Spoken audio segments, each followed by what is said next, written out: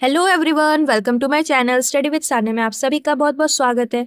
आज हम स्टार्ट करने वाले हैं class 12 semester 3 English B book का prose section second topic strong roots written by APJ Abdul Kalam. तो आज हम ये जो टॉपिक है बहुत ही अच्छे से समझेंगे।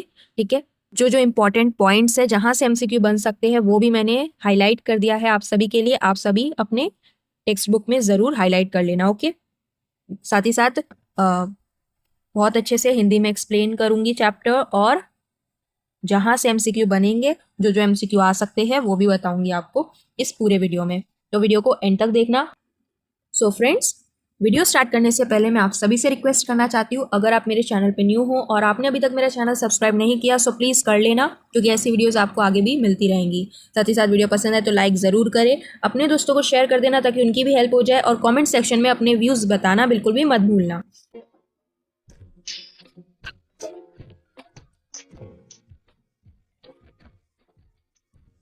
अच्छा, टाइटल क्या है हमारा? स्ट्रॉन्ग रूट्स, यानी मजबूत जड़ें।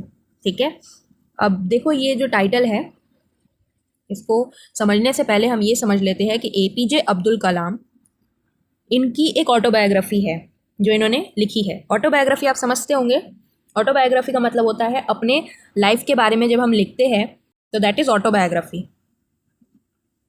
देखिए, ऑटो ऑटो का मतलब होता है सेल्फ, यानी खुद का, और बायोग्राफी का मतलब होता है लाइफ के बारे में लिखना या जीवन के बारे में लिखना, तो यानी अपने जीवन के बारे में लिखना। तो एपीजे अब्दुल कलाम की ऑटोबायोग्राफी जिसका नाम है wings of fire, wings of fire जो है लिखा गया था, मतलब इन्होंने लिखा था अपना ऑटोबायोग्राफी 1999 में। ओके, तो इस विंग्स ऑफ फायर का ये जो चैप्टर है ये एक्सट्रैक्ट है, मतलब इनकी ऑटोबायोग्राफी में से एक अंश, एक पोर्शन लिया गया है जिसको आज हमें पढ़ना है, और इसका नाम दिया गया है स्ट्रॉन्ग रूट्स। ओके, तो ये जो ऑटोबायोग्राफी है इसमें एपीजे अब्दुल कलाम ने अपने जीवन के बारे में लिखा है, पूरे जीवन के बारे में, अपने चाइल्डहुड से लेके, अपने बचपन से लेके अपने बड़े होने तक उन्होंने क्या क्या किया बचपन में, उनका पालन पोषण कैसे हुआ, इनके फादर, उनकी मदर, उनका लोकेलिटी, एंड देन उसके फ्रेंड्स। इसके अलावा फिर जब उनका एजुकेशन स्टार्ट हुआ, प्राइमरी एजुकेशन, हायर एजुकेशन, फिर आपका कॉलेज, यूनिवर्सिटी, फिर साइंटिफिक फील्ड में जब वो उतरे तो वो सब कुछ इसमें उनका सक्सेस कैसे हुआ, देन सब कुछ ऑटोबायोग्राफी में लिखा हुआ है। तो इस पूरे चैप्टर में हम देखेंगे उनका जो चाइल्डहुड था वो कैसा रहा, उन्होंने क्या क्या सीखा, क्या क्या वैल्यूज़ सीखे अपने पेरेंट्स से, वो सब हम इसमें देखेंगे। आप सभी क्लास 11th में हिंदी का जो चैप्टर था, हिंदी में विज्ञान में जीवन आपने पढ़ा होगा, तो उसमें देखा था आपने एपीजे अब्दुल कलाम के बारे में बताया गया था। तो वो जो चैप्टर था उससे आप रिलेट करो, उससे थोड़ा ये अलग है चैप्टर वैसे, क्योंकि उसमें तो विज्ञान में जीवन यानी विज्ञान के बारे में बताया गया था। एपीजे अब्दुल कलाम ने अपना विज्ञान के क्षेत्र में किस किस तरीके से उपलब्धि हासिल करी उसके बारे में बताया गया था, वो सब कुछ था। लेकिन इस चैप्टर में क्या, इस चैप्टर में ये है कि उन्होंने अपने जो वैल्यूज़ है उनको कहाँ से सीखा, उन्हें क्या क्या सीखने को मिला अपने फादर से, अपने मदर से, अपने लोकेलिटी से, उन चीज़ों को बताया गया, उनके चाइल्डहुड के बारे में बताया गया। ओके, अब जैसा आप देखिए, एक जो पेड़ होता है वो मजबूत कब बनता है, ग्रीन हरा भरा कब बनता है, जब उसकी जड़ें मजबूत होती है। मान लो तूफान आया, तूफान में वही पेड़ टिक पाएगा जो मजबूत होगा, और मजबूत कैसे होगा, उसकी जड़ों की वजह से। जड़ें जब मजबूत होंगी तब जाके वो पेड़ टिक पाएगा उन तूफानों में। ठीक उसी तरीके से इंसान की लाइफ होती है, इंसान तभी स्ट्रांग हो पाएगा, इतना पावरफुल सक्सेसफुल बन पाएगा जब उसकी जड़ें मजबूत होंगी। कोई भी प्रॉब्लम आती है तो हर किसी की लाइफ में प्रॉब्लम्स आती है, उस प्रॉब्लम से निकल वही इंसान पाते हैं जिसकी जड़ें मजबूत होती है। जड़ें मजबूत होने का मतलब ये है कि उसके अंदर वैल्यूज़, जो स्ट्रॉन्ग वैल्यूज़ होते हैं, जो ज़रूरी होते हैं, जो कि उसे अपने लाइफ में अपने पेरेंट्स से मिलती है, जो हम बोलते हैं परवरिश, तो वो जो चीज़ें हैं वो इम्पॉर्टेंट होती है एक इंसान की लाइफ में। अगर उसकी परवरिश अच्छे से हुई होगी, उसका एजुकेशन हुआ होगा, उसको वैल्यूज़ पता होंगी अपनी लाइफ की, तो वो मजबूत इंसान होगा और वही जो है प्रॉब्लम्स को फेस कर पाएगा और आगे बढ़ पाएगा। ठीक उसी पेड़ की तरह जो पेड़ अपना जो है तूफानों में लड़कर उसी जगह टिका रहता है, क्योंकि किसकी जड़ें मजबूत है। तो जड़ें जो मजबूत होती है वो आप एक पेड़ से आप कंपेयर कर सकते हो अपनी लाइफ को। पेड़ को मजबूत होने के लिए उसके जड़ों का मजबूत होना ज़रूरी है। ठीक उसी तरीके से इंसान को अपने लाइफ में सक्सेसफुल होने के लिए, स्ट्रांग बनने के लिए, उसकी वैल्यूज़ का होना, जो फंडामेंटल वैल्यूज़ होते हैं, मॉरल वैल्यूज़ होते हैं, उनका होना बहुत ज़रूरी है। तो यहाँ पे जो चैप्टर है, चैप्टर का टाइटल स्ट्रांग रूट्स देना क्यों है, तो यहाँ पे APJ अब्दुल कलाम जो है, उनके जो फादर मदर है वो उनके लिए स्ट्रांग रूट्स की तरह है। APJ अब्दुल कलाम के स्ट्रांग रूट्स, उनकी जड़ें, मजबूत जड़ें कौन है, उनके फादर मदर। उन्होंने ही क्या किया है, APJ अब्दुल कलाम को वो वैल्यूज़ सिखाई है जो ज़रूरी थी लाइफ में उन्हें एक सक्सेसफुल पर्सन बनाने के लिए। ओके, तो ये चैप्टर का नाम जो है स्ट्रांग रूट्स इसलिए दिया गया है। सो फ्रेंड्स, अब हम एक बार फटाफट से डॉक्टर APJ अब्दुल कलाम आज़ाद के बारे में थोड़ा सा देख लेते हैं। APJ अब्दुल कलाम का एक कोट है जो कि मुझे बहुत पसंद आया, that suffering is the essence of success. यानी अगर सक्सेस पाना है तो सफरिंग भी बहुत ज़्यादा ज़रूरी है। सफरिंग से ही सक्सेस मिलता है, बिना सफरिंग के सक्सेस आपको कभी नहीं मिल सकता। ठीक है, so the great doctor APJ Abdul Kalam Azad, इनका जन्म कब हुआ था, 15 अक्टूबर 1931 में, और इनकी डेथ हुई थी 27 जुलाई 2015 में। तो इनका तब एज कितना था, 83 की एज में इनकी डेथ हुई थी। सो इनका पूरा नाम क्या है, जो हम बोलते हैं ना APJ, ये जो शॉर्ट फॉर्म में हम बोलते हैं, तो इसका पूरा नाम क्या है, देखो, डॉक्टर अबुल पाकिर जैनुलाब्दीन अब्दुल कलाम। इनके फादर का नाम भी जुड़ा हुआ है इनके नाम में। ठीक है, इनका पूरा नाम है doctor Avul Pakir Jainulabdeen Abdul Kalam. Was an eminent scientist, जैसा आप सभी जानते होंगे ये बहुत ही ज़्यादा फेमस साइंटिस्ट रह चुके हैं। एरोस्पेस इंजीनियर, साथ में इंजीनियर भी थे, and the 11th president of India. साथ ही साथ देखो, साइंटिस्ट थे, इंजीनियर थे, और उनके साथ साथ ये एक पॉलिटिकल लीडर के रूप में भी सामने आए। पॉलिटिकल लीडर ये क्यों बने, देखो, वो इसलिए ताकि ये पॉलिटिकल क्षेत्र में आकर भारत में, हमारे देश में जहाँ जहाँ ज़रूरत थी चीज़ों को बदलने की, ताकि हमारा जो इंडिया है प्रोग्रेस कर सके, उसके लिए ये जो है इस क्षेत्र में भी आए। ठीक है, और इन्होंने चेंजेस करे, भारत में बदलाव भी ये लाए। तो ये हमारे 11वें राष्ट्रपति बने 2002 टू 2007 तक। ठीक है, he played a crucial role in India's missile development and was born as a missile man of India. तो मिसाइल मैन ऑफ इंडिया किसे कहा जाता है, जनरल नॉलेज सबको पता होना चाहिए, डॉक्टर APJ अब्दुल कलाम आज़ाद को कहा जाता है। तो इन्होंने भारत के मिसाइल डेवलपमेंट में अपना बहुत बड़ा योगदान दिया था, और इन्हें इस वजह से मिसाइल मैन ऑफ इंडिया कहा जाता है। ठीक है, इन्होंने आपका इसरो के साथ काम किया, नासा के साथ काम किया। ठीक है, he was also a great teacher and a motivational speaker who inspired millions with his vision for India's progress. ये साइंटिस्ट, इंजीनियर, प्रेसिडेंट के साथ साथ एक ग्रेट टीचर भी थे, एक मोटिवेशनल स्पीकर भी थे, जिन्होंने लाखों भारतीय लोगों को क्या किया, इंस्पायर भी किया भारत के प्रोग्रेस में, भारत को आगे बढ़ाने में। तो million of peoples were inspired from him. Okay, his notable works, इनके जो नोटेबल वर्क्स यानी इनके जो बुक्स इन्होंने लिखे, कौन कौन से थे, wings of fire. Wings of fire मैंने अभी आपको बताया था, ये इनकी ऑटोबायोग्राफी है, यानी अपने जीवन के ऊपर इन्होंने लिखा है। कब लिखा था, 1999 में। ठीक है, इसके अलावा ignited minds, India 2020 and the scientific India. Okay, he dedicated entire life to our country, इन्होंने अपना पूरा लाइफ कंट्री के लिए डेडिकेट कर दिया। ठीक है, इन्होंने कंट्री के प्रोग्रेस के लिए डेडिकेट कर दिया। He was awarded the Bharat Ratna in 1997, तो भारत रत्न जो कि इंडियाज हाईएस्ट सिविलियन ऑनर है, ये इन्हें मिला था। The Padma Vibhushan in 1990 and the Padma Bhushan in 1981। इसके अलावा भी इन्हें बहुत सारे अवार्ड्स दिए गए थे। ये देखिए, ये है इनकी बुक विंग्स ऑफ फायर। अगर आपको कभी भी टाइम मिले और पढ़ना चाहो तो ज़रूर पढ़ सकते हो, इनसे आपको बहुत ज़्यादा इंस्पिरेशन मिलेगा। तो ये इनकी ऑटोबायोग्राफी विंग्स ऑफ फायर। दोस्तों, अब हम शुरू करते हैं चैप्टर को समझना। Okay, I was born into a middle class Tamil family in the island town of Rameshwaram in the erstwhile Madras state। आई यहाँ पे कौन है, APJ अब्दुल कलाम। ठीक है, जैसा मैंने आप सभी को बताया था, स्ट्रॉन्ग रूट्स एक्सट्रैक्ट है इनकी ऑटोबायोग्राफी विंग्स ऑफ फायर का। तो क्योंकि ऑटोबायोग्राफी है, खुद के लाइफ के बारे में इन्होंने लिखा है, तो आई से ही स्टार्ट होगा, है ना। तो यहाँ पे ये क्या है, फर्स्ट पर्सन नैरेटिव है, यानी APJ अब्दुल कलाम अपने बारे में बताते हुए कहते हैं कि इनका जन्म एक मिडिल क्लास तमिल फैमिली में हुआ था। कौन सी फैमिली में, मिडिल क्लास तमिल फैमिली में। MCQ के लिए मार्क कर लेना। मिडिल क्लास का मतलब क्या होता है, ना ही ज्यादा रिच और ना ही ज्यादा पुअर, उसके बीचों बीच, जैसे हम सब हैं, हमारी जो ज़रूरतों का सामान होता है उनको हम फुलफिल कर पाते हैं, ठीक है। तो मिडिल क्लास तमिल फैमिली में इनका जन्म हुआ था। कहाँ पर? जगह का नाम है रामेश्वरम। रामेश्वरम क्या है? एक आइलैंड टाउन है। यहाँ पे एस साइलेंट होता है, हमेशा ध्यान रखना, इसको हम पढ़ते हैं island, island town of Rameswaram, एक द्वीप शहर में। और ये जो था रामेश्वरम, यहाँ पे इनका जन्म हुआ था। रामेश्वरम शहर से दूर है, सिटी से दूर, एकदम आइसोलेटेड सा टाउन है, तो वहाँ पे इनका जन्म हुआ था in the erstwhile Madras state. Rameswaram कहाँ पे था? मद्रास स्टेट में।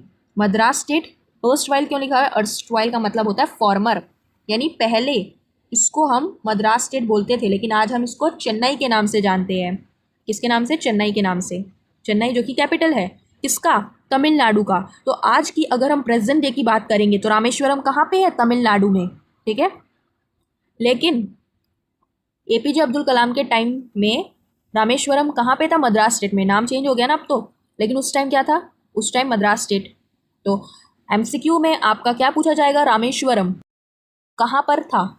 तो आप लिखोगे मद्रास स्टेट, सिंपल, ठीक है। और इनका जन्म कहाँ पे हुआ था पूछेंगे, कौन से टाउन में? तो रामेश्वरम। माय फादर, अब इनके फादर का नाम क्या है? जैनुलाब्दीन। ध्यान रखना, एमसीक्यू में पूछा जाता है। इनके फादर का नाम जैनुलाब्दीन। Had neither much formal education nor much wealth. अब इनके जो फादर थे जैनुलाब्दीन, इनके पास ना ही तो ज़्यादा फॉर्मल एजुकेशन था, मीन्स जो एजुकेशन होना चाहिए, है ना, वो इनका नहीं था, इनके फादर का। और ना ही इनके फादर के पास ज़्यादा पैसे थे। देख रहे हैं, मिडिल क्लास फैमिली से बिलोंग करते हैं, तो बहुत ज़्यादा पैसा भी नहीं था। डिस्पाइट दीज डिसएडवांटेजेस, इन डिसएडवांटेजेस, इन कमियों के बावजूद भी, इन असुविधाओं के बावजूद भी क्या था? देखो, अब डिसएडवांटेज क्यों बोला गया? देखो, एजुकेशन ना होने के डिसएडवांटेज ही तो है ना। हर एक इंसान के पास एजुकेशन होना बहुत ज़्यादा ज़रूरी होता है, इससे उसका नॉलेज बढ़ता है और वो आगे सक्सेसफुल बन पाता है। तो एजुकेशन ना होना एक डिसएडवांटेज है हम सभी के लिए। दूसरा वेल्थ, देखो पैसा होना भी ज़रूरी है।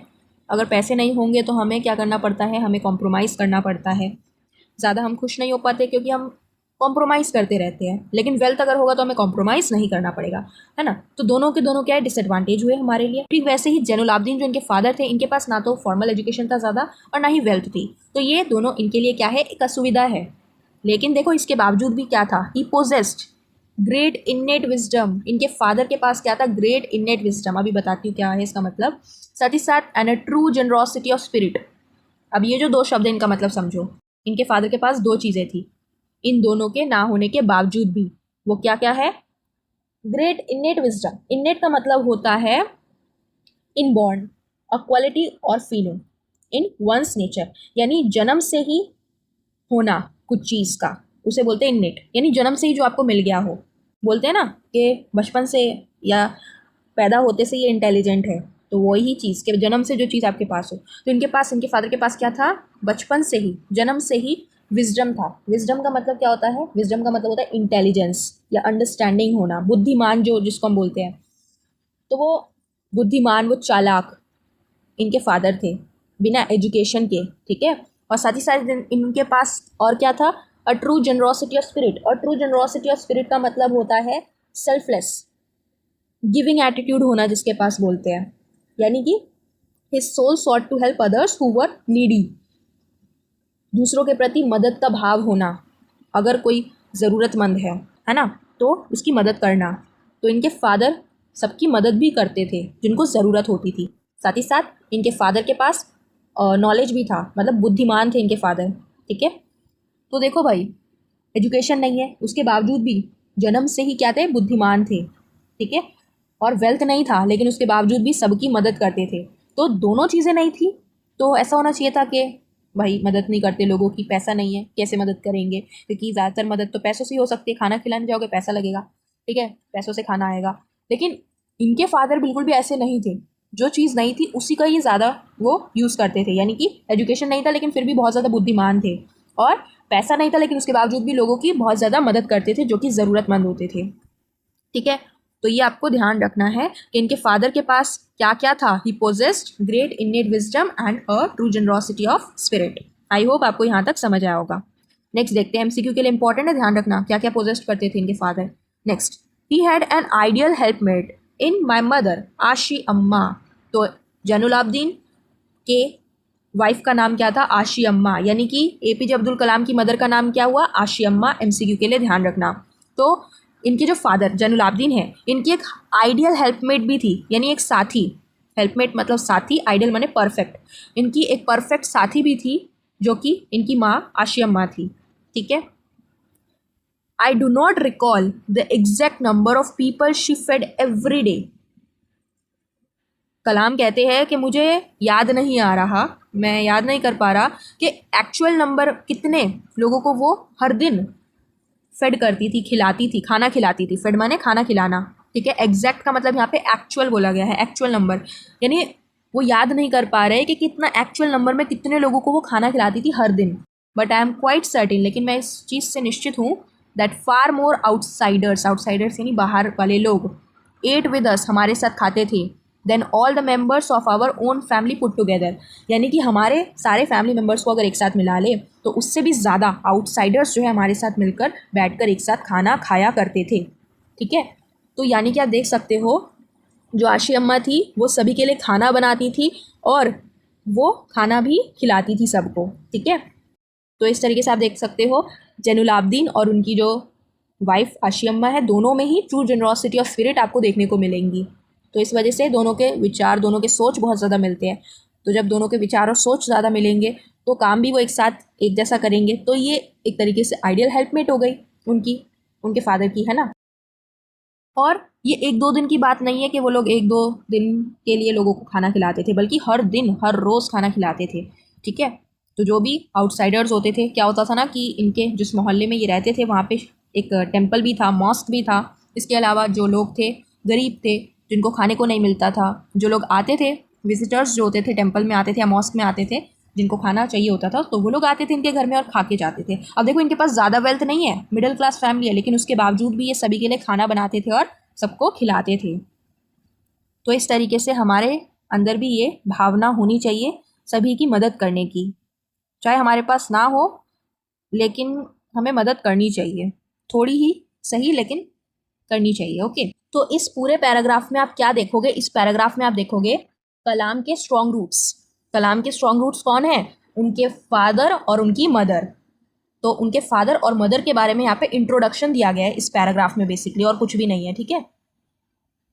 समझ आया ना। उनके स्ट्रॉन्ग रूट्स कौन है, स्ट्रॉन्ग रूट्स क्यों कहा गया इनके फादर मदर को, इनके पेरेंट्स को क्यों कहा गया, क्योंकि इन्हीं को देखकर तो फिर एपीजे अब्दुल कलाम में भी वो क्वालिटीज़ आई, है ना। जो चीज़ हम, जो बच्चे देखते हैं अपने पेरेंट्स में, वैसे ही वो बनते भी है। तो कलाम ने भी देखा अपने फादर को, अपनी मदर को, उनमें ट्रू जनरॉसिटी ऑफ स्पिरिट है, नॉलेज है, विजडम है। तो वही चीज़ अब्दुल कलाम के पास भी है। एक बार की बात है, समारोह में बुलाया गया था एपीजे अब्दुल कलाम जी को। तो जब वो प्रेसिडेंट थे, है ना, तो उनके लिए एक क्या रखा गया था, कुर्सी रखी गई थी। बाकी सारे जो है बैठे हुए थे या खड़े थे लोग। तो वो पता है क्या था, वो उस कुर्सी पे नहीं बैठे, वो ज़मीन पे बैठे। तो यहाँ से हमें देखने को मिलता है उनका उदार भावना, है ना, डाउन टू अर्थ देखने को मिलता है। कितने डाउन टू अर्थ पर्सन हैं वो। देखो आगे, my parents were widely regarded as an ideal couple. किनको रिगार्ड किया जाता है, आइडियल कपल, परफेक्ट कपल किनको रिगार्ड किया जाता है, अब्दुल कलाम के पेरेंट्स को। इनके पेरेंट्स क्या है, आइडियल कपल है, परफेक्ट कपल है एक साथ। क्यों, क्योंकि इन दोनों के भावना विचार एक साथ मिलते हैं, दोनों के क्वालिटीज़ एक साथ मिलते हैं और दोनों काम भी अच्छा करते हैं। माई मदर्स लीनियज, लीनियज का मतलब होता है खानदान। ठीक है। Was the more distinguished, distinguished माने फेमस। तो अगर इनके फादर और मदर का खानदान देखें तो उसमें से इनकी मदर का खानदान बहुत ज़्यादा फेमस था।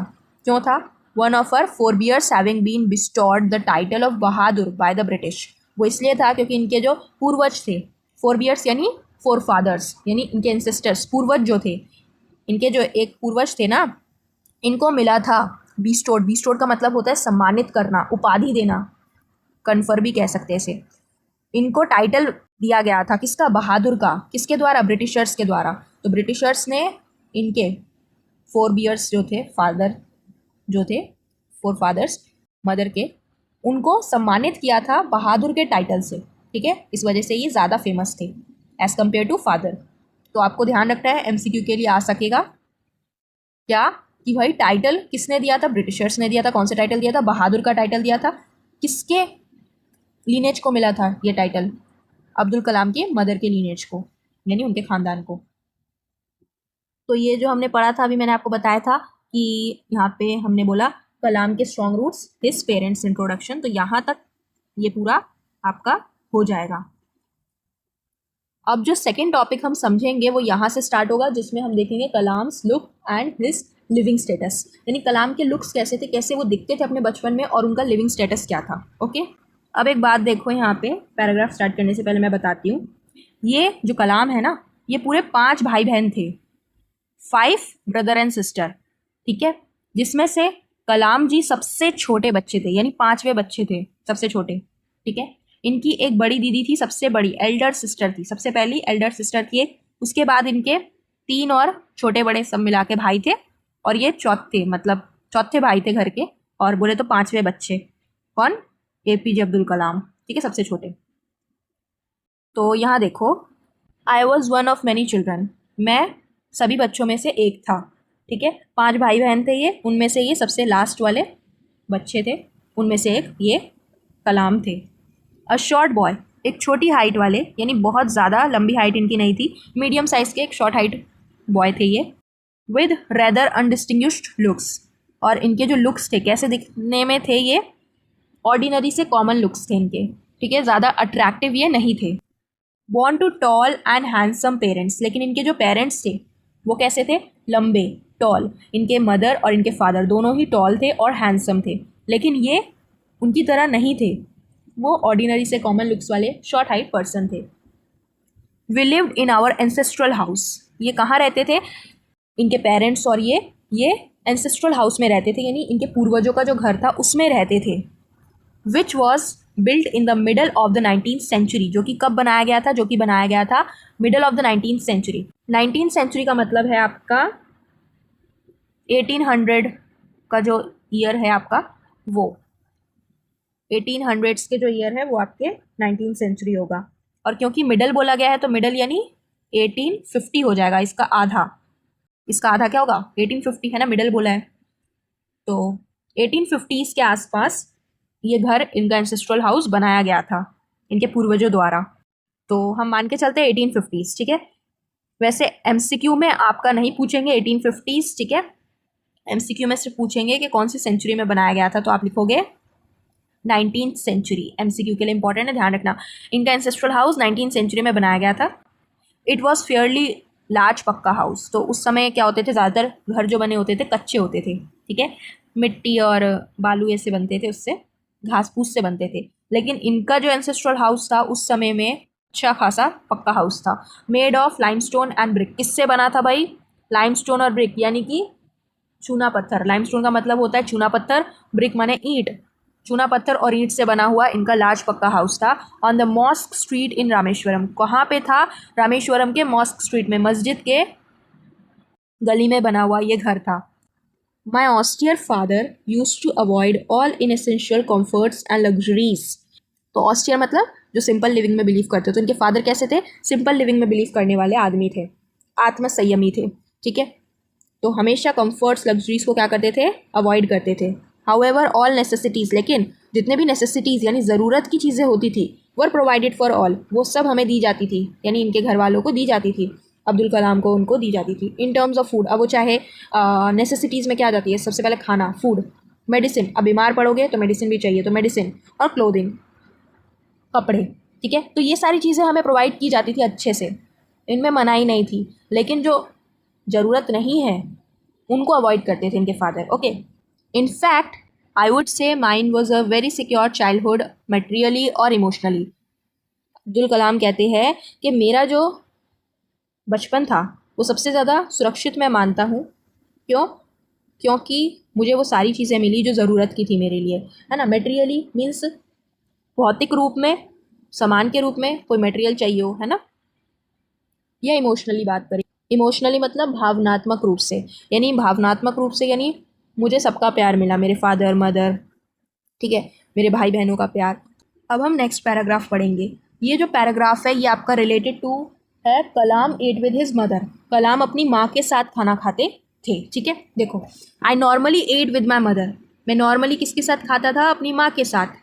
Sitting on the floor of the kitchen, जो किचन होता था, रसोई घर होता था, उसका जो ज़मीन होता था उस पर बैठ के हम दोनों खाया करते थे।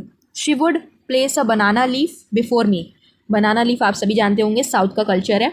वो लोग अभी भी आज के टाइम पे भी वो लोग बनाना लीफ में ही खाते हैं। तो ये बहुत ही ज़्यादा इको फ्रेंडली होता है, सेफ़ होता है ना, और इससे बेनिफिट्स भी मिलते हैं। तो बनाना लीफ में खाते थे वो। तो उनकी माँ क्या करती थी, बनाना लीफ उनके आगे रखती थी, on which she then ladled rice and aromatic sambar, जिसमें फिर वो देती थी क्या, लेडल्ड राइस।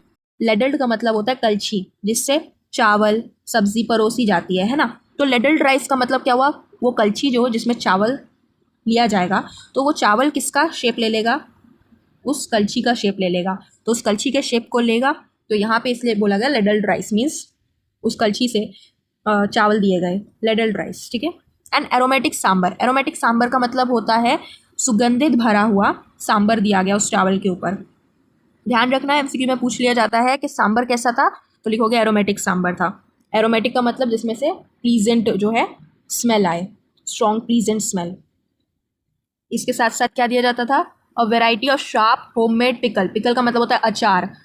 वेराइटी ऑफ अचार बनते थे, ठीक है, होममेड यानी घर पे ही उनकी माँ बनाती थी, वेराइटी ऑफ अलग अलग तरीके के अचार बनाती थी, तो जो जैसा बनाती थी तो वो देती थी। शार्प का मतलब है तीखा, तीखा अचार बनाती थी। तो घर पे बनाया हुआ फ्रेश तीखा अचार जो है अलग अलग तरीके के मिलते थे मुझे। And a dollop of fresh coconut chutney, इसके साथ साथ ताज़ी कोकोनट चटनी भी मिलती थी। डलॉप का मतलब होता है एक ऐसी चीज़ जिसका कोई आकार नहीं होता, ठीक है, जिस पे रख दोगे उसी का आकार ये ले लेगी, उसी का शेप ले लेगी। तो कोकोनट चटनी बहुत पतली होती है, तुम सभी को पता है, तो वो जिसमें रखोगे उसी का शेप ले लेगी। तो इसलिए बोला है डलॉप ऑफ फ्रेश कोकोनट चटनी, यानी वो कोकोनट चटनी जिसका कोई आकार नहीं है, कोई शेप नहीं है, ठीक है। तो यहाँ पे हमें एमसीक्यू के लिए ध्यान रखना है कि वो अपनी मदर के साथ खाया करते थे, ठीक है। कहाँ पे, किचन के फ्लोर पे बैठ के। क्या क्या खाते थे, ladled rice with aromatic sambar, variety of sharp homemade pickle, और साथ में dollop of fresh coconut chutney. ये 4 चीज़ें इनकी माँ ने बनाना लीफ में परोसती थी, ठीक है। अब हम नेक्स्ट पैराग्राफ देखते हैं, जिसमें हमें देखने को मिलेगा Hindu Muslims unity. The Shiva temple which made Rameswaram so famous to pilgrims was about a 10-minute walk from our house. तो अब्दुल कलाम आगे कहते हैं कि शिवा टेम्पल था, शिवा टेम्पल बहुत ही फेमस टेम्पल था। कहाँ पे था, रामेश्वरम में, जहाँ पे वो रहते थे। तो ये इतना ज़्यादा फेमस था किसके लिए, पिलग्रिम्स के लिए, तीर्थयात्रियों के लिए। यहाँ पे बहुत सारे तीर्थयात्री लोग आते थे शिव टेम्पल में, ठीक है, जो कि 10 मिनट की दूरी पे था, 10-minute walk from our house. इनका जो एंसेस्ट्रल हाउस जहाँ पे ये रहते थे, उससे अगर आप चलकर 10 मिनट जाओगे तो वहाँ पे चल के 10 मिनट जाने के बाद आपको ये शिवा टेम्पल देखने को मिलेगा। तो पास में ही ये शिवा टेम्पल था। Our locality was predominantly, predominantly का मतलब मेनली, मुख्य रूप से, मुस्लिम। मतलब इनका जो लोकेलिटी मोहल्ला था उसमें ज़्यादातर मुस्लिम लोग रहते थे, ठीक है, प्रीडोमिनेंटली मुख्य रूप से मुस्लिम लोग रहते थे। But there were quite a lot of Hindu families too, लेकिन साथ में बहुत सारे हिंदू फैमिलीज भी रहते थे वहाँ पे। लिविंग एमिकेबली, एमिकेबली का मतलब होता है फ्रेंडली या पीसफुली, यानी शांति के साथ, सभी बंधुत्व के साथ लोग रहते थे, हिंदू मुस्लिम सब एक साथ, विद देयर मुस्लिम नेबर्स। तो जो हिंदू फैमिलीज थी वो मुस्लिम नेबर्स, अपने मुस्लिम पड़ोसियों के साथ बहुत ही अच्छे से पीसफुली रहते थे, ठीक है। जैसा आज के टाइम पे न्यूज़ चैनल्स में दिखाया जाता है कि हिंदू मुस्लिम लड़ रहे हैं, ठीक है, ये वो सब दिखाया जाता है, फिर इंटरनेट में भी दिखाया जाता है इस तरीके से, तो ये सब गलत होता है, ऐसा सच में नहीं होता। ये सब फैलाने के लिए, रूमर्स फैलाने के लिए और झगड़ा करवाने के लिए पॉलिटिशियन सब कुछ होता है ऐसा सब, तो वो सब करवाते हैं। लेकिन असलियत में अगर हम देखें तो हमारे ही, हम जानते हैं स्कूल में जाते हैं हम, नेबर्स में जो भी है, तो हम मुस्लिम और हिंदू क्या है, फ्रेंड्स होते हैं सब, है ना, कोई किसी के लिए कुछ गलत तो नहीं सोचता, सब फ्रेंडली होते हैं बहुत ज़्यादा। तो हमारी जो सोसाइटी है उसमें हम सब एक साथ यूनिटी के साथ रहते हैं। लेकिन जो पॉलिटिशियंस होते हैं, पॉलिटिकल लीडर्स होते हैं, या जो न्यूज़ चैनल्स होते हैं, वो ऐसा करके दिखाते हैं, बुरा तरीके से उसको फैलाते हैं और दिखाते हैं ताकि झगड़ा फैल सके, तो बिल्कुल गलत है जो कि, ठीक है। हम सभी को एक साथ अच्छे से रहना चाहिए, जैसा कि हमेशा से सब एक साथ रहते आए हैं। इतनी ज़्यादा यूनिटी, पहले बहुत ज़्यादा यूनिटी होती थी, आज भी यूनिटी है, लेकिन बस दिखाया गलत जाता है, ठीक है। आगे देखो, there was a very old mosque in our locality. अब साथ में इनकी लोकेलिटी, इनके मोहल्ले में टेम्पल भी थे, सबसे फेमस शिवा टेम्पल था।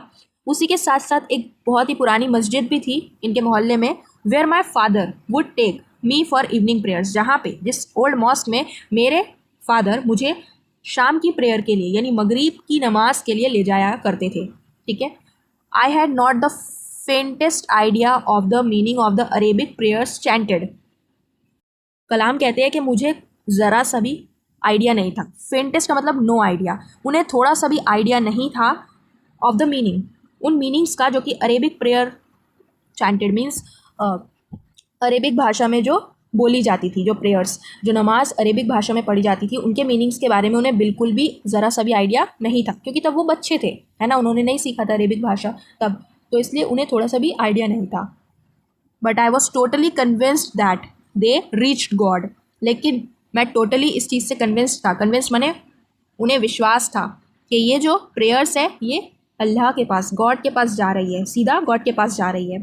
ठीक है, आगे देखिए, यहाँ से जो पैराग्राफ आप देखोगे इसको आप बोल सकते हो कलाम के फादर किस तरीके से हेल्प करते थे लोगों की। ठीक है, देखो, when my father came out of the mosque, जब मेरे फादर मस्जिद से बाहर निकलते थे इवनिंग प्रेयर के बाद, आफ्टर द प्रेयर्स यानी कि प्रेयर्स के बाद, जब नमाज पढ़ने के बाद मस्जिद से निकलते थे, पीपल ऑफ डिफरेंट रिलीजियंस, अलग अलग धर्मों के लोग, चाहे हिंदू हो, चाहे मुस्लिम हो, चाहे सिख हो, चाहे ईसाई हो, डिफरेंट रिलीजन्स जो थे, वुड बी सिटिंग आउटसाइड, वो बाहर बैठे रहते थे, इंतज़ार करते थे, वेटिंग फॉर हिम, उनका इंतज़ार करते थे। क्यों इंतज़ार करते थे?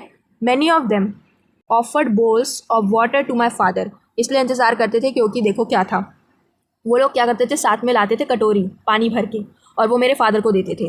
Who would dip his finger tips in them, फिर मेरे फादर जो है एक फिंगर टिप जो होता था उसको डिप करते थे उस पानी में, एंड से अ प्रेयर, और एक दुआ मांगते थे, दुआ करते थे उसमें।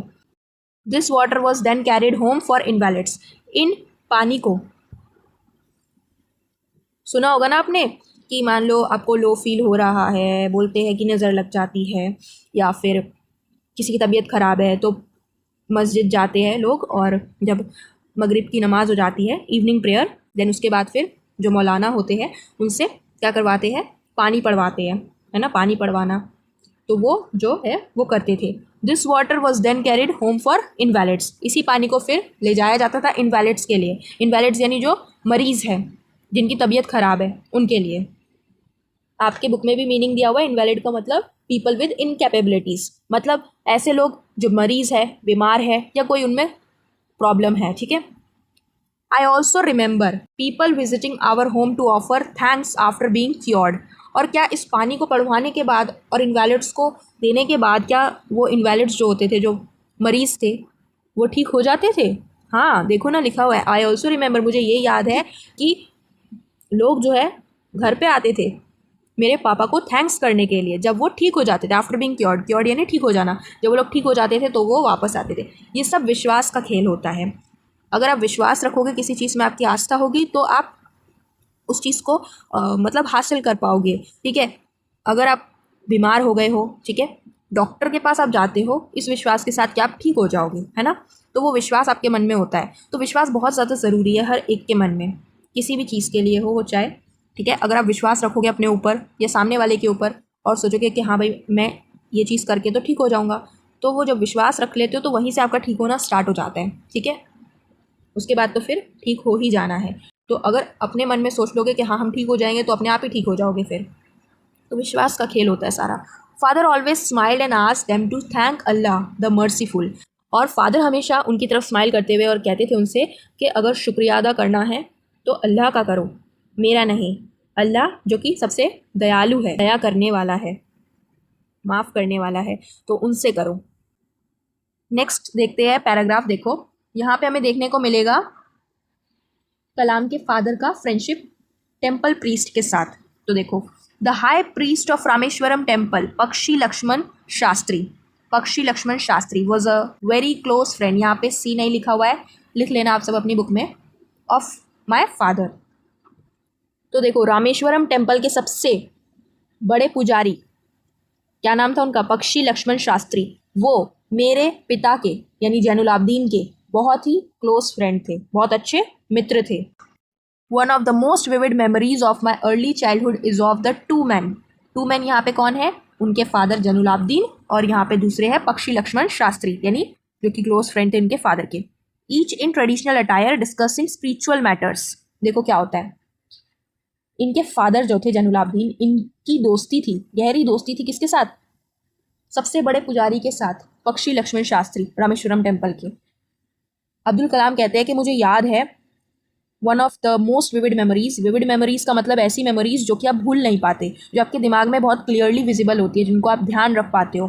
बहुत सारी मेमोरीज बचपन की होती है जो हम भूल जाते हैं, लेकिन कुछ ऐसी मेमोरीज भी हमारे माइंड में होती है जो हमें बहुत अच्छे से याद है। तो वो कहते हैं वो जो मेरी विविड मेमोरीज थी मेरे अर्ली चाइल्डहुड की, मेरे बचपन की, शुरुआती बचपन की, वो थी उन दो आदमियों के बारे में जिन्होंने अपना ट्रेडिशनल अटायर पहना हुआ था। यानी अपना जो ड्रेसअप, अटायर माने अपना ड्रेसअप, ट्रेडिशनली आप सब जानते हैं। इनके फादर और उनके दोस्त पक्षी लक्ष्मण शास्त्री, तो ये मुस्लिम थे, तो इनका मुस्लिम अटायर था, इनका मुस्लिम ड्रेसअप, कुर्ता पजामा। और जो हिंदू प्रीस्ट थे इनका अलग ड्रेसअप, ठीक है। तो दोनों का अटायर में दोनों थे, और ये दोनों के दोनों क्या कर रहे थे? डिस्कस कर रहे थे स्पिरिचुअल मैटर्स के बारे में, यानी आध्यात्मिकता के बारे में ये लोग डिस्कस कर रहे थे। ये बिल्कुल भी वो नहीं है जैसा आप सोच रहे हो, जो आपका न्यूज़ चैनल्स में दिखाया जाता है कि दो लोगों को बिठा दिया अलग अलग रिलीजन के और आपस में झगड़ा करवा रहे हैं, वो लोग चिल्ला रहे, चीख रहे हैं। ये बिल्कुल भी नहीं है, वो उनका सब कुछ फालतू का होता है ड्रामा, ठीक है। तो ये बिल्कुल भी नहीं है। यहाँ पे ये दोनों के दोनों बहुत ही पीसफुली अच्छे से बातचीत कर रहे होते थे अपने धर्म के बारे में, ठीक है, लोगों के बारे में। तो इस तरीके की बातें, स्पिरिचुअल मैटर्स के बारे में डिस्कशन होता था इन दोनों के बीच, ठीक है। तो वो दिखाया जा रहा है, बताया जा रहा है कि अब्दुल को अभी भी याद है, ठीक है। तो यहाँ पे दिखाया जा रहा है कि कलाम जी को अभी भी वो मेमोरी याद है जहाँ पे उनके फादर और उनके क्लोज फ्रेंड पक्षी लक्ष्मण शास्त्री दोनों अपनी ट्रेडिशनल अटायर में, अपने ट्रेडिशनल ड्रेसअप में एक दूसरे से स्पिरिचुअल मैटर्स के बारे में डिस्कस कर रहे थे। तो यहाँ पे आपको देखने को मिल सकता है यूनिटी, कम्युनल हार्मनी आपको देखने को मिल सकती है यहाँ पे, राइट। अगर ऐसे ही हमारे देश में कम्युनल हार्मनी रही, लोग समझ पाए इस बात को कि जो दिखाया जाता है न्यूज़ चैनल्स में वो सब गलत है और ये फैलाया जाता है, अफवाह फैलाई जाती है, झगड़ा लगवाया जाता है, इन सब चीज़ों को अगर हम छोड़कर अगर हम अपने भाईचारे को समझें, हम एक दूसरे को समझें, तो इससे हमारे देश में जो हार्मनी रहेगी, जो पीसफुलनेस रहेगी, वो और कहीं नहीं रहेगी बल्कि, है ना। तो हमें हमेशा क्या है, पीसफुली सब एक साथ रहना चाहिए, मिल बांट के, है ना। तो हमें सब एक साथ मिलके रहना चाहिए, कोई भी अफवाह पे हमें विश्वास नहीं करना चाहिए। अब नेक्स्ट देखिए, यहाँ से लेके यहाँ तक बताया गया है। Kalam asked his father about the necessity of prayer. इस पैराग्राफ में कलाम ने अपने फादर से पूछा है कि प्रेयर क्यों ज़रूरी है, उसकी महत्वता क्या है प्रेयर की, ठीक है। जो हर रोज़ सभी प्रेयर करते हैं तो उसकी ज़रूरत क्या है। देखो, when I was old enough to ask questions, Kalam कहते हैं जब मैं इतना बड़ा हो गया कि मैं क्वेश्चन पूछ सकूं, क्वेश्चन कर सकूं, तो मैंने क्या किया। देखो, I asked my father about the relevance of prayer. मैंने अपने फादर से पूछा, क्या पूछा? रेलेवेंस ऑफ प्रेयर, यानी नेसेसिटी, इसका मतलब है नेसेसिटी, ज़रूरत क्या है, महत्वता क्या है प्रेयर की, उसके बारे में पूछा। My father told me there was nothing mysterious about prayer. मेरे फादर ने बोला मुझे क्या, कि प्रेयर में कोई ऐसा कुछ भी रहस्यजनक बात नहीं है, कोई भी मिस्टीरियस बात नहीं है। Rather prayer made possible a communion of the spirit between people. जबकि प्रेयर क्या है, प्रेयर पॉसिबल कर देती है, संभव कर देती है एक कम्युनिकेशन। कम्युनियन माने कम्युनिकेशन, एक बातचीत, किसके बीच में? स्पिरिट और पीपल के बीच में, लोगों के बीच में। देखो, स्पिरिट यानी यहाँ पे गॉड को बताया गया है कि जो गॉड है, और पीपल यानी हम लोग। तो हमारे और गॉड के बीच में ये कम्युनिकेशन है। Prayer is nothing but a communication between God and us, okay. तो इससे हम क्या कर सकते हैं, प्रेयर से हम गॉड से कम्युनिकेट कर सकते हैं। तो प्रेयर से हम क्या कह सकते हैं, इंसान प्रेयर से गॉड से बात कर सकते हैं, उनसे बता सकते हैं कि क्या हमारी ज़रूरतें हैं, किन परेशानियों से हम जूझ रहे हैं, उनके सल्यूशन क्या होंगे। तो उन सब चीज़ों के बारे में हम अपने गॉड से कम्युनिकेट करते हैं, बात करते हैं। दिस इज़ कॉल्ड प्रेयर, ठीक है। व्हेन यू प्रे, जब तुम प्रे करते हो, ही सेड। अब जब हम प्रेयर करते हैं, वो चाहे हम मुस्लिम में देखें या हिंदूज़ में देखें या क्रिश्चियन में देखें या सिख में देखें, जितने भी धर्म हैं जिसमें भी हम देखें, प्रेयर जब हम करते हैं, he said you transcend your body. हम क्या करते हैं, वो बताते हैं फादर, कहते हैं यू ट्रांसेंड योर बॉडी, तुम अपने बॉडी से परे हटकर क्या करते हो, and become a part of the Cosmos. Cosmos यानी ब्रह्मांड।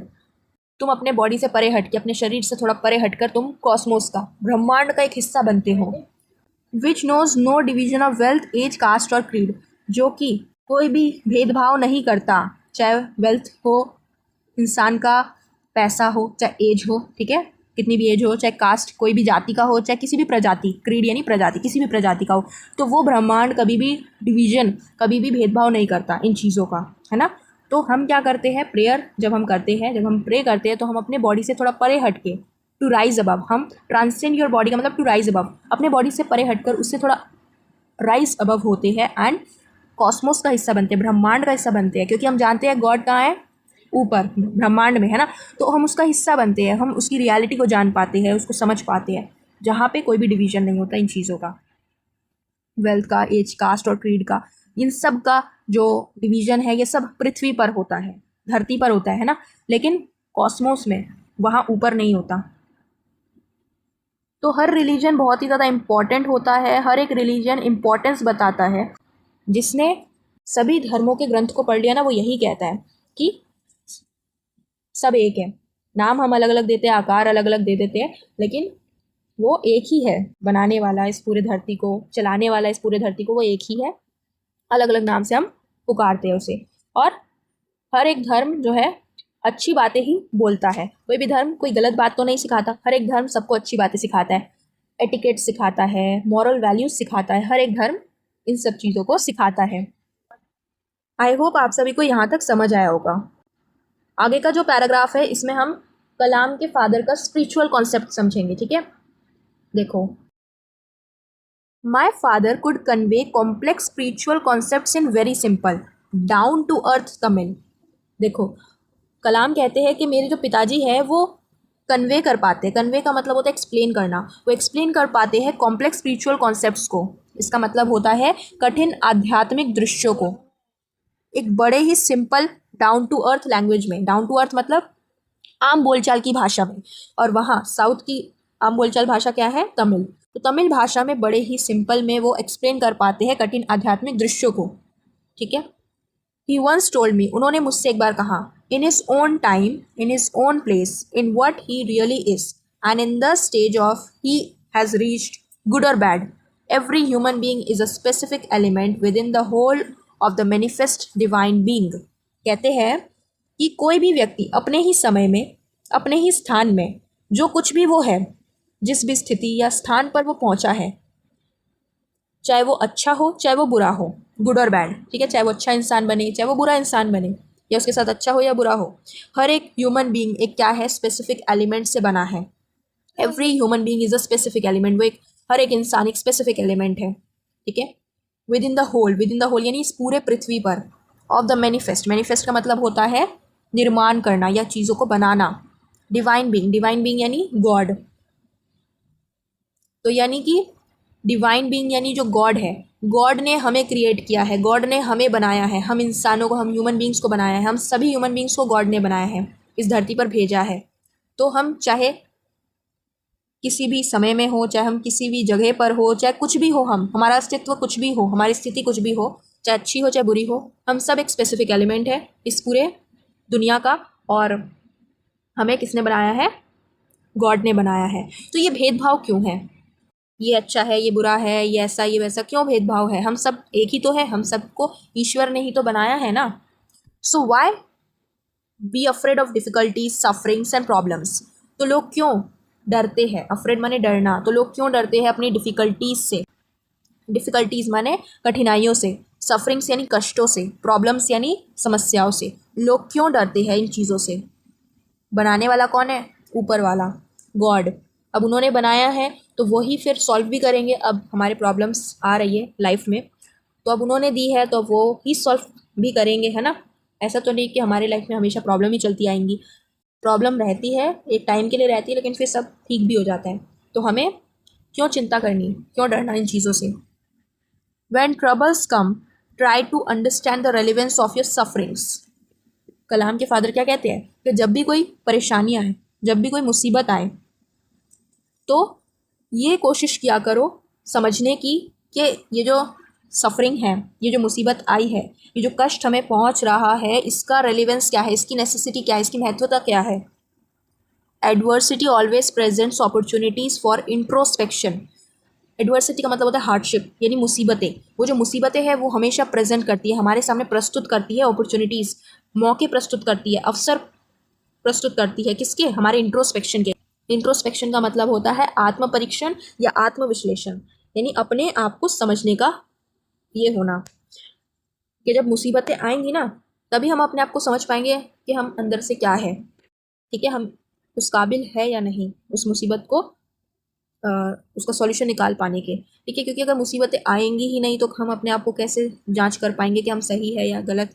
ठीक है, हम में उतनी काबिलियत है या नहीं, है ना। अगर सभी की लाइफ नॉर्मल होगी तो कोई भी अपने आप को पहचान ही नहीं पाएगा कभी, है ना।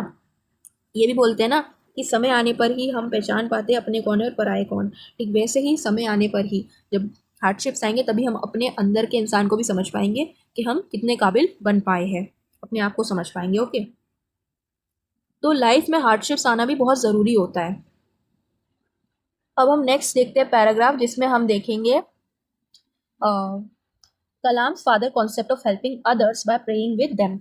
सो फ्रेंड्स, ये जो बीच बीच में मैं आपको ये बता रही हूँ कि पैराग्राफ ये क्या समझाने की कोशिश कर रहे हैं, उसको मैं समझाने की कोशिश कर रही हूँ आप सभी को, ताकि ये जो इतना थोड़ा सा लेंदी है चैप्टर, वैसे तो शॉर्ट स्टोरी है, ज़्यादा बड़ा नहीं है, लेकिन फिर भी ये जो पैराग्राफ है ये आपको समझने में प्रॉब्लम ना हो, इसके लिए मैंने क्या किया, शॉर्ट शॉर्ट पार्ट में थोड़ा सा इसको डिवाइड कर दिया पैराग्राफ को, कि ये देखो ये जो पैराग्राफ है ये समझाने की कोशिश कर रहा है, ये चीज़ समझाने की कोशिश कर रहा है। ये स्पेसिफिकली बुक में नहीं मेंशन है, ये थोड़ा सा हमने क्या किया, उसको समझने की कोशिश की अपने आप में। आगे देखते देखो, why don't you say this to the people who come to you for help and advice, I asked my father. अब फादर ने जब मुझे ये सब बताई बात, तो इस बात का क्या मतलब था, ये जो बात बताई इसका ये मतलब था ना कि हमें अपने प्रॉब्लम से घबराना नहीं चाहिए और उसका सॉल्यूशन खुद ढूंढना चाहिए और उसको सॉल्व करना चाहिए, यही मतलब हुआ। तो मैंने अपने फादर से पूछा कि फिर आप उन लोगों को ये बात क्यों नहीं कहते जो कि आपसे मदद और आपकी एडवाइस लेने के लिए आते हैं, आपसे सलाह लेने के लिए आते हैं, आप उनको ये बात क्यों नहीं कहते। He put his hands on my shoulders and look straight into my eyes. उन्होंने अपने हाथों को मेरे कंधों पर रखा और मेरी आंखों की तरफ देखने लगे सीधे से। For quite some time he said nothing. कुछ देर के लिए उन्होंने कुछ नहीं कहा। As he was judging my capacity to comprehend his words. ऐसा लग रहा था मानो जैसे कि वो मेरा कैपेसिटी को जज कर रहे हो, वो मेरे इसको जांच रहे हो, अंडरस्टैंडिंग को, कि मैं उनके शब्दों को कितने अच्छे से समझ सकता हूँ, परख सकता हूँ। ठीक है, क्योंकि वो छोटे थे ना, और जब एल्डर्स बड़ी बातें करते हैं तो हमें कई बार समझ नहीं आती है ना। तो वो यही सोच रहे थे कि क्या मुझ में समझने की क्षमता है जो वो मुझे बताने वाले थे, तो वही वो देख रहे थे मुझे। Then he answered in a low deep voice. फिर उन्होंने जवाब दिया मेरे बातों का लो डीप वॉइस में। लो डीप वॉइस का मतलब होता है धीमी और गंभीर आवाज़ में। ठीक है, his answer field me with a strange energy and enthusiasm. उनके आंसर ने मुझ में भर दिया एक उत्साह, एनर्जी यानी एक उत्साह, और एंथुसियाज्म मतलब जोश, मुझ में उत्साह और जोश भर दिया उनके जवाब ने।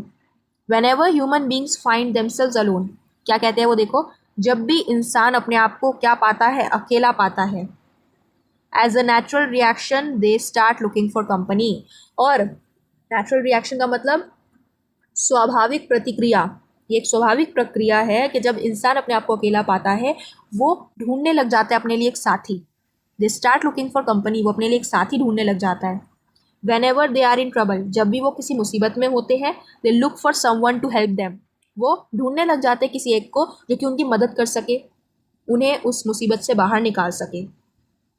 भले ही वो इंसान आपकी मदद कर पाए या ना कर पाए, लेकिन एक ऐसा होता है कि सहारा बन जाए बातों से, ठीक है, उसको आगे की तरफ पुश कर सके, तो ऐसा इंसान वो ढूंढना चाहता है।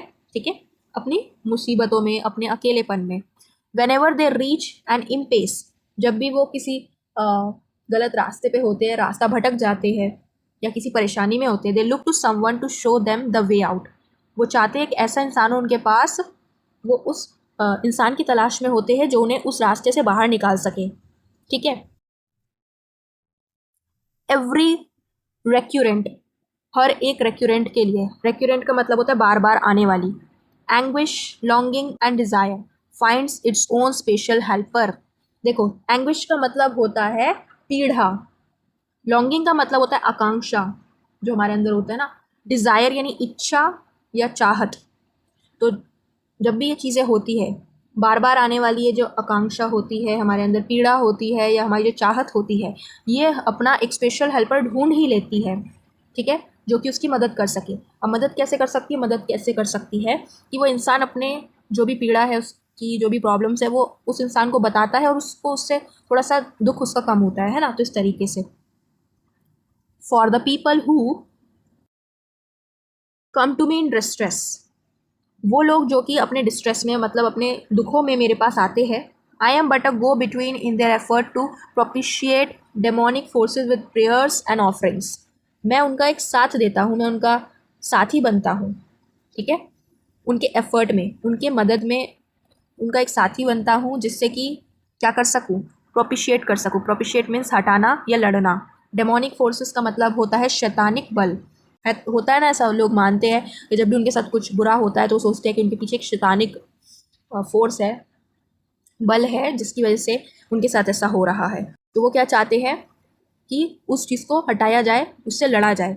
तो वे जो है कलाम के फादर, वो उनका सहारा बनते हैं, उनका साथ देते हैं उनके एफर्ट में, उन लोगों के एफर्ट में, कि वह उस शैतानिक बल से लड़ सके, उन डेमोनिक फोर्सेस से लड़ सके। किसके थ्रू?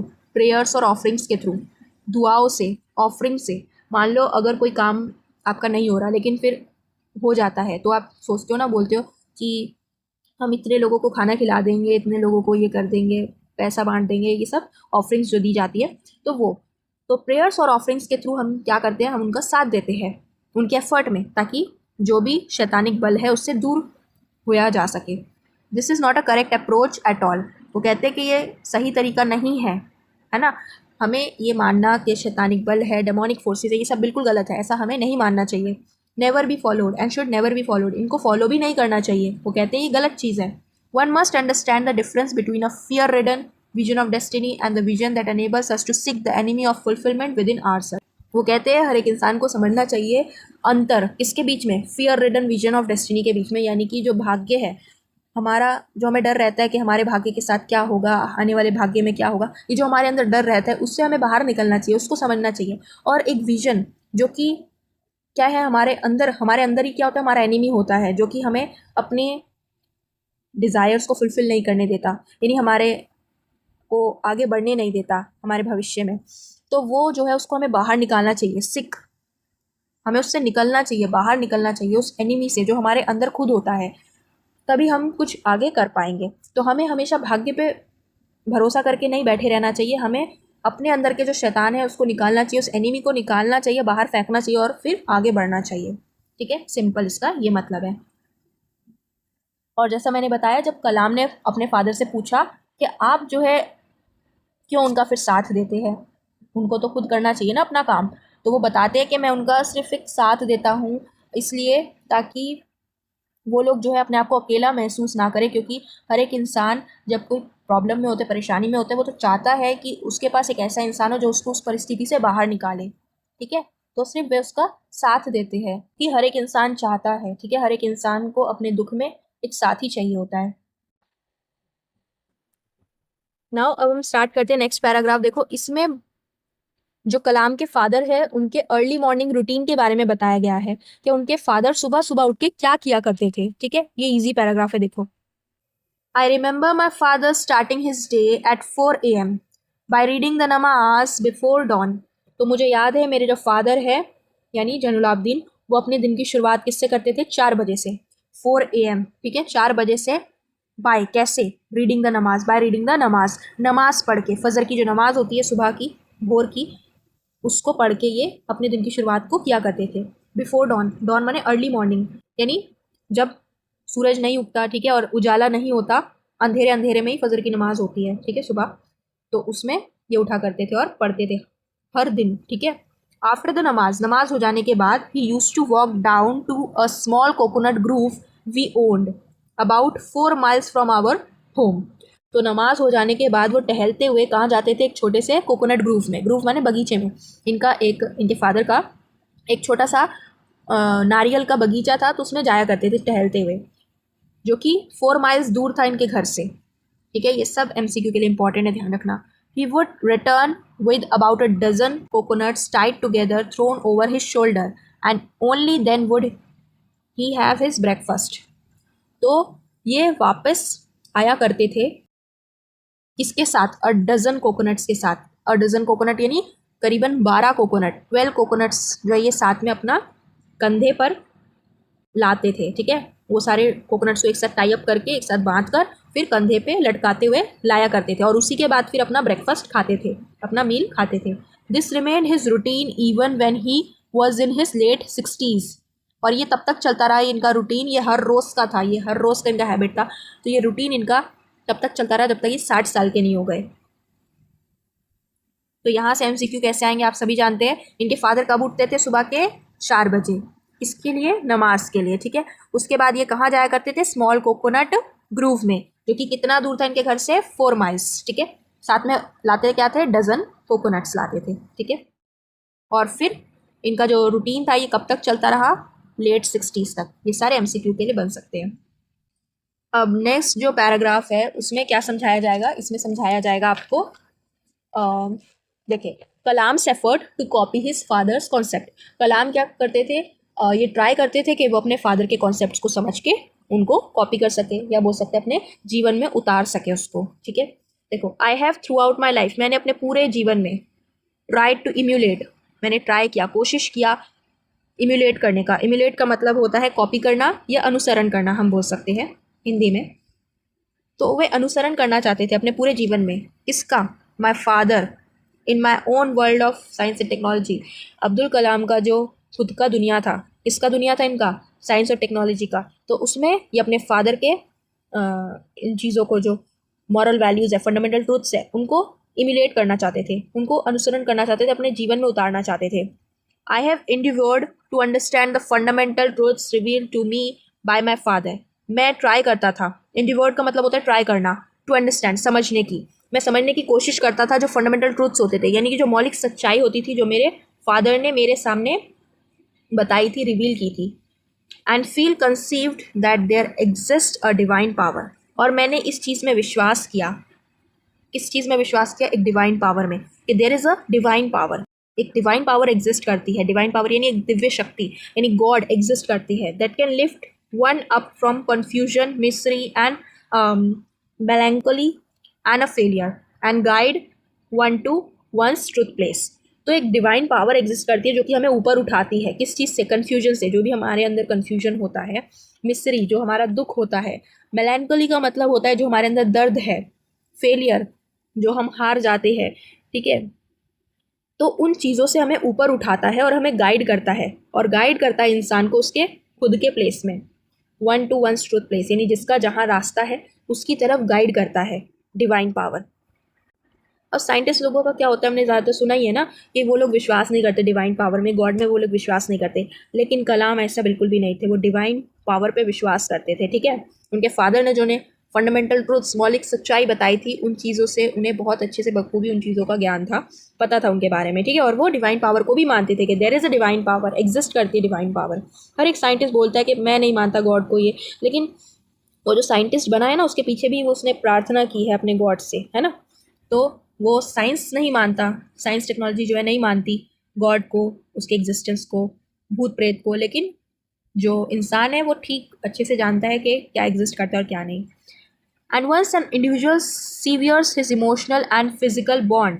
और एक बार अगर इंसान छोड़ देता है, सीवियर का मतलब होता है छोड़ देना, हटा देना या तोड़ देना, अगर वो अपने इमोशनल यानी कि आपके भावनात्मक, और फिजिकल का मतलब होता है भौतिक, अगर भावनात्मक और भौतिक बंधन को वो तोड़ दे, बॉन्ड यानी बंधन, इसको अगर वो तोड़ दे, तो he is on the road to freedom, happiness and peace of mind. तो वो किसके रास्ते में होगा? फ्रीडम के, आज़ादी के रास्ते में होगा, खुशी के रास्ते में होगा, और उसका जो माइंड होगा, मन की खुशी उसे मिलेगी, पीस ऑफ माइंड यानी मन की खुशी वो पालेगा। तो अगर इंसान अपने इमोशनल और फिजिकल बॉन्डेज को छोड़ देना, तो वो फ्रीडम, हैप्पीनेस और पीस ऑफ माइंड को पालेगा। सो दोस्तों, यहाँ पे आपका जो चैप्टर है वो पूरी तरीके से कंप्लीट होता है। आई होप आपको हर एक वर्ड, हर एक लाइन समझ आई होगी। अगर कोई भी डाउट हो तो कमेंट सेक्शन में ज़रूर पूछना। दोस्तों, जैसा कि आप सभी जानते हैं कि इस चैप्टर से आपके टोटल 3 क्वेश्चंस पूछे जाएंगे, है ना, 3 मार्क्स के, 3 MCQ होंगे 3 मार्क्स के। और यहाँ पे एक्सरसाइज दी हुई है, इसको भी एक बार सॉल्व कर लेते हैं फटाफट से, ठीक है। अगर आपको पूरा चैप्टर समझ आया होगा तो ये आप खुद ही आंसर कर सकते हो, तो मन ही मन आंसर ज़रूर करना, ठीक है। और देख लेते हैं इसका क्या क्या आंसर होगा फटाफट से। Choose the correct answer from the alternatives given. What is the significance of the title strong roots in this extract. Strong roots जो टाइटल दिया गया इसका क्या सिग्निफिकेंस है, तो यहाँ पे ऑप्शन नंबर बी इसका आंसर होगा। It symbolises the important values instilled in the author during his childhood. ये सिम्बलाइज करता है वो इंपॉर्टेंट वैल्यूज जो कि उनके अंदर दिए गए थे उनके चाइल्डहुड टाइम पीरियड में, यानी उनके बचपन में उनके फादर मदर के द्वारा जो इंपॉर्टेंट वैल्यूज दिए गए थे, ठीक है। उस चीज़ को ये स्ट्रॉन्ग रूट्स टाइटल सिग्निफाई करता है, तो इस वजह से स्ट्रॉन्ग रूट्स इस चैप्टर का टाइटल भी पड़ा है, ठीक है। तो ये ऑप्शन होगा, बाकी ये सारे नहीं होंगे, ठीक है। आगे देखते हैं second, who is Jainulabdeen in the extract. ये जो है हमारा एक्सट्रैक्ट, इसमें जैनुलाब्दीन कौन है, द ऑथर्स फादर है, ठीक है। ऑथर कौन, APJ अब्दुल कलाम, ठीक है। आगे देखते हैं third last question, what lesson does the author learn from his father's word about troubles and sufferings. इन चीज़ों के बारे में फादर ने क्या बताया था उन्हें, उन चीज़ों से क्या सीखते वो। To view challenges as opportunities for growth and self discovery. इन चैलेंजेस को हमें एज अ अपॉर्चुनिटी समझना चाहिए हमारे ग्रोथ और सेल्फ डिस्कवरी के लिए, ठीक है। तो दोस्तों मॉरल ऑफ द स्टोरी अगर हम देखें क्या समझ में आता है इससे हमें, कि हर एक स्ट्रॉन्ग और सक्सेसफुल पर्सन के पीछे हाथ होता है किसका, स्ट्रॉन्ग वैल्यूज़ का, मजबूत जड़ों का। तो मजबूत जड़ों का होना यानी स्ट्रॉन्ग वैल्यूज़ का होना बहुत ज़्यादा ज़रूरी है एक मजबूत और कामयाब इंसान बनने के लिए। ठीक वैसे ही जैसे APJ अब्दुल कलाम जी है, वो एक स्ट्रॉन्ग और सक्सेसफुल पर्सन क्यों बन पाए, क्योंकि उन्हें वो स्ट्रॉन्ग वैल्यूज़ मिले थे उनके फादर से, उनके मदर से, ज़्यादातर फादर से मिले। उनके फादर ने हमेशा उन्हें समझाया, है ना। जैसे कि हम देख सकते हैं कि उन्होंने क्या सीखा कि there is a divine power, there is existence of divine power, जो कि हमें लिफ्ट अप करता है फ्रॉम द कन्फ्यूजन, मिजरी और हमारे फेलियर से, और हमें गाइड करता है हमारे खुद की जगह पर जो सही जगह है हमारी। इसके अलावा हमें दूसरों की मदद करनी चाहिए, ठीक है, जो कम्युनल हारमनी हमें देखने को मिलती है इसमें। इसके अलावा और भी बहुत सारी चीज़ें हमें इस चैप्टर से सीखने को मिलती है, ठीक है। सो दोस्तों नेक्स्ट वीडियो में हम डिस्कस करेंगे MCQs, जो कि इंपॉर्टेंट MCQs होंगे स्ट्रॉन्ग रूट से रिलेटेड, ठीक है। दूसरे भी चैप्टर्स हैं उन सबके MCQs आपको मिल जाएंगे वीडियो फॉर्म में, और अगर आपको PDF भी चाहिए होगा तो PDF भी मैं अपलोड कर दूंगी अपने टेलीग्राम चैनल पे। टेलीग्राम चैनल का लिंक आपको डिस्क्रिप्शन बॉक्स में मिल जाएगा, ज़रूर ज्वाइन कर लेना, ठीक है। क्लास 11th एंड 12th का वो Telegram channel study with Sanya, तो उसमें आपको PDF मिलेंगे क्वेश्चन आंसर्स के और जो भी इंपॉर्टेंट नोट्स वगैरह होंगे, तो वो ज़रूर ज्वाइन कर लेना, ओके। तो इसी के साथ दोस्तों मिलते हैं फिर नेक्स्ट वीडियो में, तब तक के लिए till then take care and bye bye.